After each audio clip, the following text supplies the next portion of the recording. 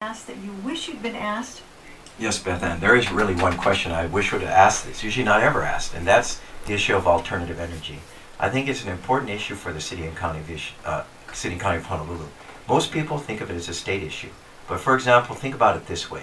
We have 953,000 people on this island, large consumers of electricity and energy. And we think of it as a state issue, so in the Deepwater cable that's very controversial, we think it's the governor's responsibility in the neighbor islands.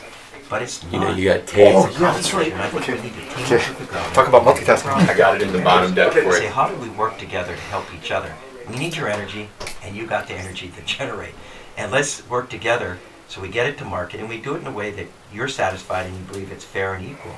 That's just one. But what about the fact that we pay so much for electricity? I mean, even just looking at the city's bill, which is huge. Yeah. It's the most out-of-control cost the city faces. Within ENV, $35 million more for electric bills just treating our sewage, because there's a lot of energy used in sewage treatment. We got to get a better control of this. So here's some of the other things. I mean, I would be putting solar panels on every city building I could find that could handle a panel to help offset. I would be retrofitting all our street lights with LED lights because they're much better in terms of energy consumption. I would be expediting the permitting process all over this island for wind farms and solar farms in terms of making it easier to find the land that they need in order to build these facilities and not treat it just like any other development. These things get ourselves off of our addiction to oil and get a better control of this rising cost that if we don't do this, our budget is just going to be through the roof in the coming years. We know oil is just going to keep going up. So who pays for those solar panels that you'd like to see on every roof in the city? Well, you know, the interesting thing, a lot of solar companies now are willing to actually install the panels free of charge. Now, they own the system. They sell the energy back to the city, and sometimes at a lower rate, but there is a price to pay. And at the end of a certain period, the city gets the system. That's one way to go, where we're not advancing our own hard-earned tax dollars out. The other way is that we pay for it. And I think we can budget for this. I mean, for me, I would look for the balance, but I would probably look for a company that would be willing to install these.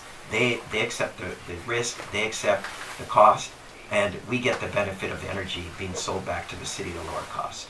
Of all the things that we've talked about, if you had to rank 3 of them on your list of priorities, 1, 2, 3, what are they? Well, I think number 1 is restoring bus routes. It's something that absolutely needs to be done. Number 2 is repaving roads in a more expedited way until we get ahead of the problem, because it's troubling. And then the last part is just making sure we keep control of our finances, making sure we don't have to raise real property taxes. And that means growing our tax base by making sure we're a prosperous and healthy economic community. And I think we're doing a fairly good job, but we can do a better job of it. I mean, you're not walking into a mess because we have a fairly good rating. That's right. When I left the city, by the way, the whole time I was at the city, we had a AA bond rating. When I left, there was over $100 million surplus. And Peter Carlisle has done the same. He's maintained the AA bond rating in a bad economic time, and there is a surplus. So I think our city, unlike many municipalities, is actually being managed in a pretty fiscally responsible way. But we want to continue to do that. We want to look for ways to raise the revenue without raising fees and real property taxes. Kirk Caldwell, thank you so much. Thank you, Beth-Ann.